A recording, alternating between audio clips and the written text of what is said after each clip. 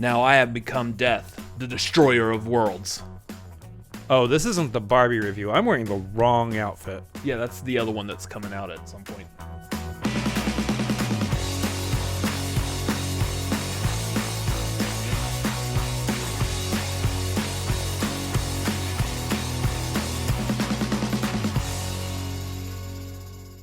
Welcome to the Cinefanatics. My name's Robert Adams. I'm Chris Adams. And we are fresh out of Two the entire movies. Barbenheimer double feature day. This is a spoiler-free review for Oppenheimer. Did you say spoiler-free Oppenheimer? I mean, you know how, okay, much like I don't know, Little Mermaid or any other, like, we know how this turned out, like, spoiler-free review That's for right. Titanic, You know the how ship sank. You know how Oppenheimer turned out, just the same as you know how Little Mermaid turned out. I mean, Little Mermaid is something that came out before. Titanic, I don't know. It's been a long day. It's been 2 movies. Why are you f***ing with me? Anyways, beside the point, this was a long, hard movie to watch. It's a good movie. It's very well made. Christopher Nolan knows how to make an effing movie, but Yeah. like, it is long. It is drawn out. It is a heavy subject matter. It's still good, though. Yeah, that's the thing. Ultimately, like, first and foremost, I think Nolan is just one of those directors whose name sells the movie. You don't even have to watch a trailer. You just hear, Christopher Nolan's making a movie. All right, I got my ticket purchased. And that's usually the way it works. In this regard, he's obviously doing a film about J. Robert Oppenheimer, a real person, not a non-fiction human being, not a fiction story here. Yeah. And the creation of the atomic bomb and everything that surrounded that before, after, and everything in between. Mm-hmm. And just thematically based on the material, it is, like you've probably heard, a hard, more emotional movie to endure. There's a lot of, I don't want to say stakes, because obviously it's like based in real life, but there's a lot of tension. There's a lot of tension. The whole movie is just a buildup of tension all the way through, as it should be when we're talking about the creation of the atom bomb. It's kind of a big deal. Yeah, even though, like, I mean, you could easily read, like, in a history textbook or Wikipedia about Oppenheimer, the Manhattan Project, everything they did at Los Alamos. You could read about that, but still sitting in the theater watching that moment where they're about to actually drop the bomb to test it, and you're seeing, like, the countdown. The movie is silent. Sorry, spoilers, I guess. The movie's silent. Yeah, don't give away that scene too much. But, like, it is still on the edge of your seat. There's no real lives at stake, I would say, for the most part. It's a test of a bomb.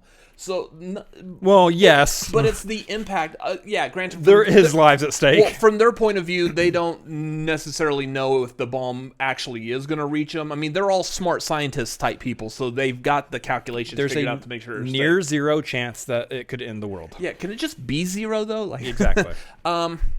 I think so. Yeah, there's that part to this movie.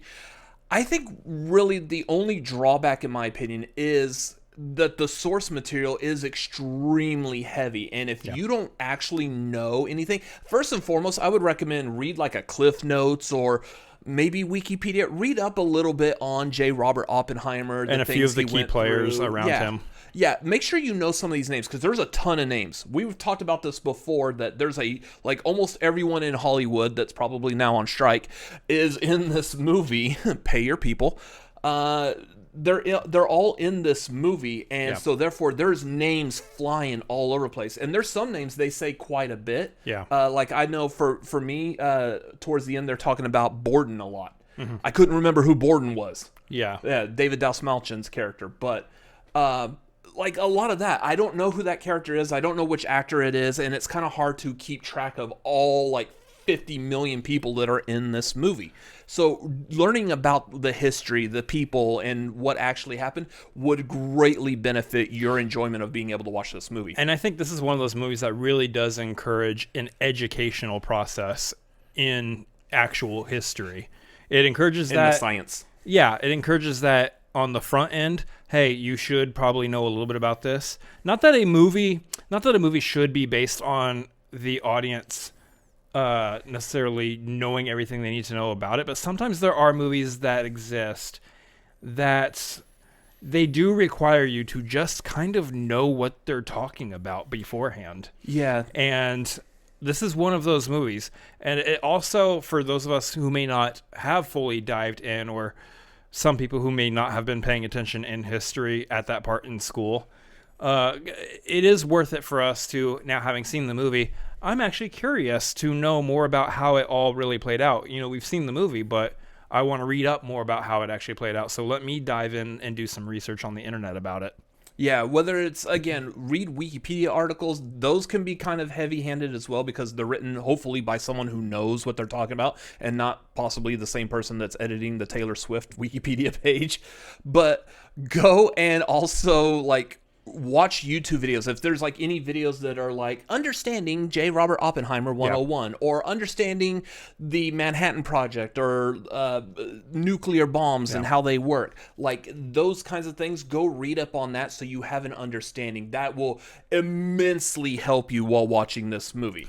Now, all that being said, without reviewing the actual events that happened in real life, let's review the actual movie itself. The movie is it's a Christopher Nolan movie. It is very well made.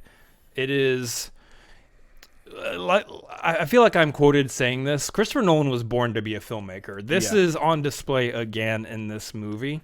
The cinematography, the choices in editing style, the casting. I'm going to talk about that editing here in a second, but I think it all proves that Christopher Nolan knows what he's doing constantly, again and again. He has a very unique way of telling a story and kind of jumping around and imposing different pieces that happen simultaneously. I mean, if you see Following, if you see Inception, if you see almost any of his movies have a specific style to them like that. And he uses it again here, but in a more...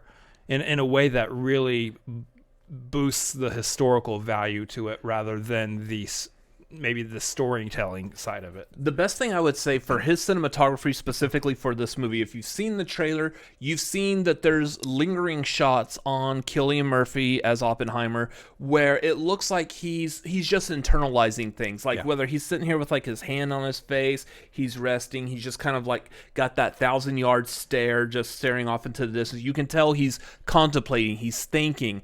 You tell that in the trailer. Watching it in this movie, within the context of the movie, and knowing why he has any particular facial emotion or that stare or anything, it really helps seal that specific look. And I'm not even talking about his acting yet. I'm just talking about how the camera choices and how that movie was filmed. Those are all gorgeous shots. The shots of the actual bomb, absolutely gorgeous. Like there's parts of that I was just getting lost in watching, like the fireballs and stuff. The way those were made. Again, apparently Christopher Nolan said there's no CGI. I believe what they probably did is like a miniature explosion that was able to produce that kind of a fireball effect, and it was probably filmed like in a slow motion and played back at various frame rates.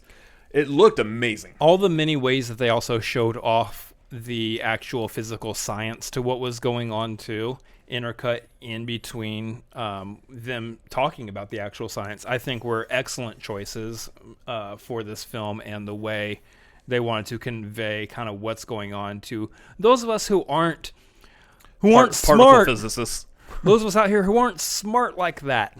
Yeah, we have a YouTube channel talking about movies. I don't know science. We're not rocket scientists over here. I don't know how to split an atom.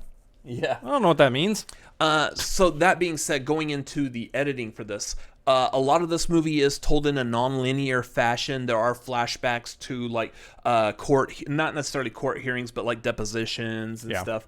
And it's kind of hard for a minute there to understand really what's going on. There is a benefit in that, like, there's essentially Oppenheimer's side, and then there's Robert Downey Jr.'s character's side, and everything regarding Robert Downey Jr.'s past Louis flashbacks Strauss. are all in black and white, which is very like Memento of Christopher Nolan. The second I saw that, I was like, oh, Memento. I believe he also described it going into this movie that everything that was in black and white was actually kind of like a one-to-one recreation of like something of historical presentation. Like we have like footage of that kind of stuff, and so they kind of just recreated it.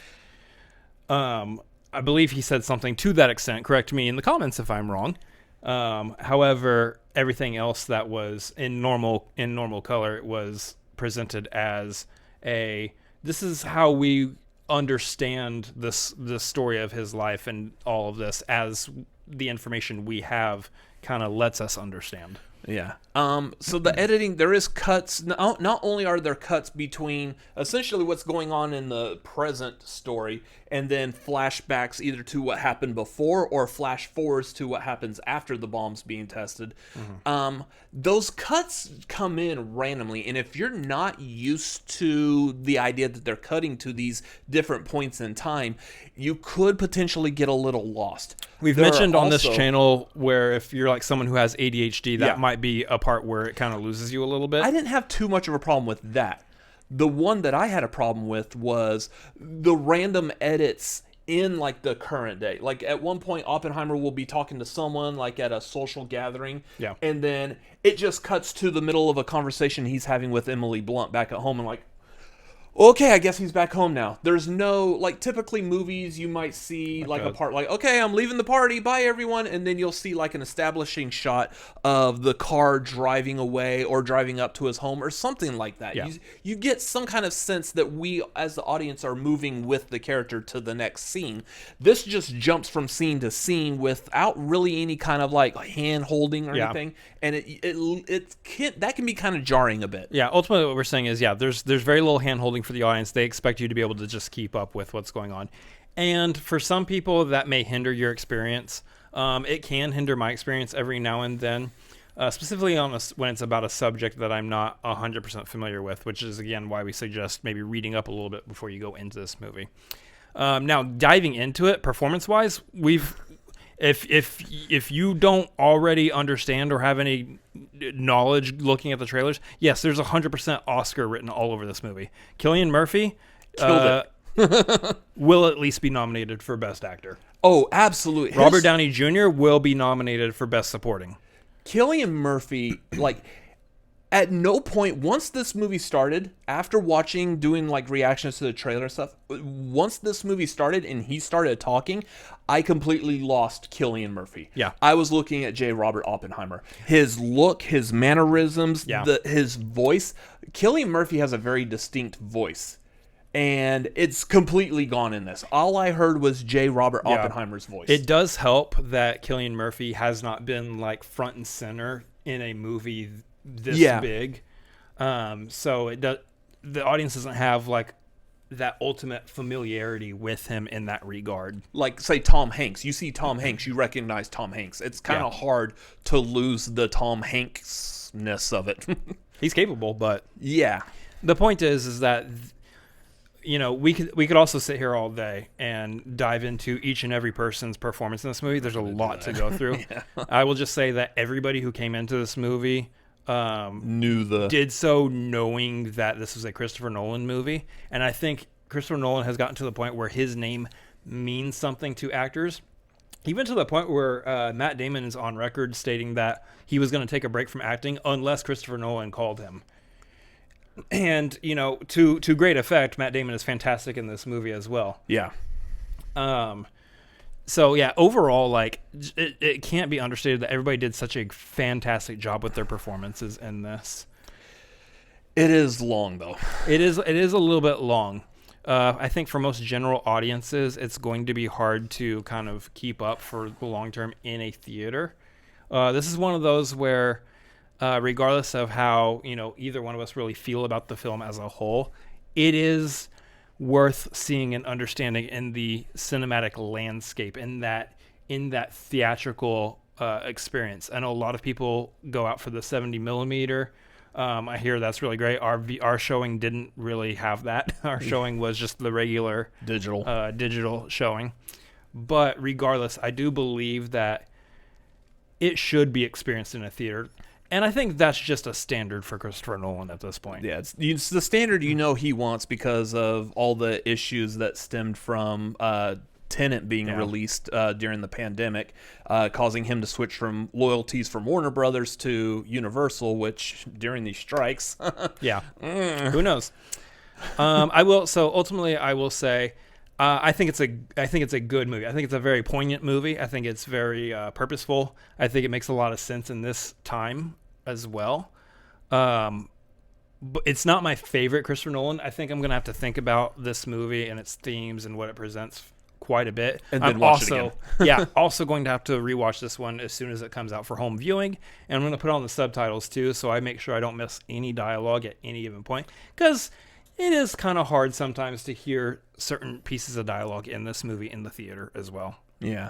And then also not to like really show like positivity towards like home viewing, but also the benefit of being able to pause a long movie like that, just so you could sit back and like, just kind of like, because there's definitely moments where, again, like the tension builds and it's building for quite a bit in this movie where you can just sit back and just like, hold on, let me take a breather. I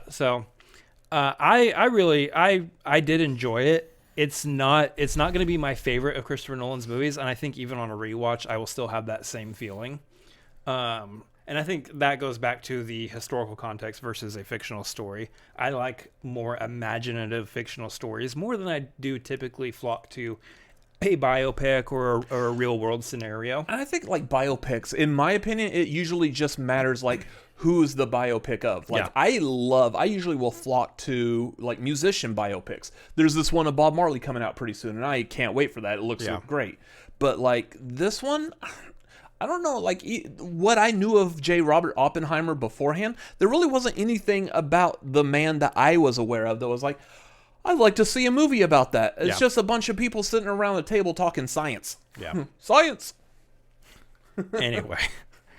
I'm ready to give my rating on it. Yeah.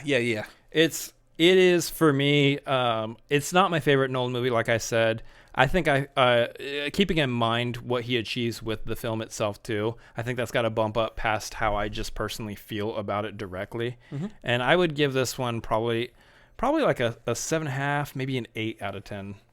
Yeah, where it's going to land for me. I was going to go with a 7. It's just the only downside for me is it's just a lot of heavy information, a lot of people and names involved. As much as I knew about Oppenheimer beforehand, I still didn't know that much. I would like to follow my own advice, go watch like some YouTube videos that could kind of help like educate me on what exactly was going on and who were the key players and why and what and how and all that, and then go back and watch it again. I think I'll have a much better enjoyment. But until then, I'm going to be a 7 as well. It is a good movie. I was able to sit through it. I was entertained. I wasn't fully like bored because I wasn't able to follow what was going on. No. There was enough there that I was still able to lightly follow. So I just know my enjoyment would be better if I had a better understanding of the situation. Absolutely. So you might feel that way, you might not. This is our opinions, so take that for what you will. Yeah, so what were your opinions? Did you see it? Let us know down below in the comments. While you are down there, do those YouTube things. Hit that like button and subscribe. We got some fun stuff going on here. Just for example, next Friday on, I believe that's the 28th, we will be doing our live stream show, The Marquee. We will be tier ranking all of Christopher Nolan's films, starting with 1998's following through Oppenheimer. And it's live. So you can come hang out in the chat and give us your thoughts and feelings too. Oh yeah, your vote, you can vote during that, and your opinion matters. So come hang out with that. It's going to be a lot of fun. Watch all of Christopher Nolan's movies and come join us. It's going to be a fun discussion, tier ranking all of his movies. So that will be Friday the 28th. That's going to be at 7:30 Pacific, 10:30 Eastern. Yep. Anyways, as for this video, again, let us know your thoughts down below. Make sure you follow us on social media. We are at The Cinefanatics on Twitter and Instagram. You can follow me personally at Robert Adams MLP on Twitter, Instagram, Letterboxd, and YouTube.com/@RobertAdamsMLP. And you can follow me at Chris Adams MLP on Twitter, Instagram, and Letterboxd, as well as twitch.tv/Chris Adams MLP. Anyways, that's going to do it for this video. Thank you for watching. We will see you probably on the Barbie review. If you haven't watched that yet, go check that out right now. Spoiler free as well. Fun day we had. We will see you in that next video. Bye-bye. See you later. I have become the end of this video. Oh my god.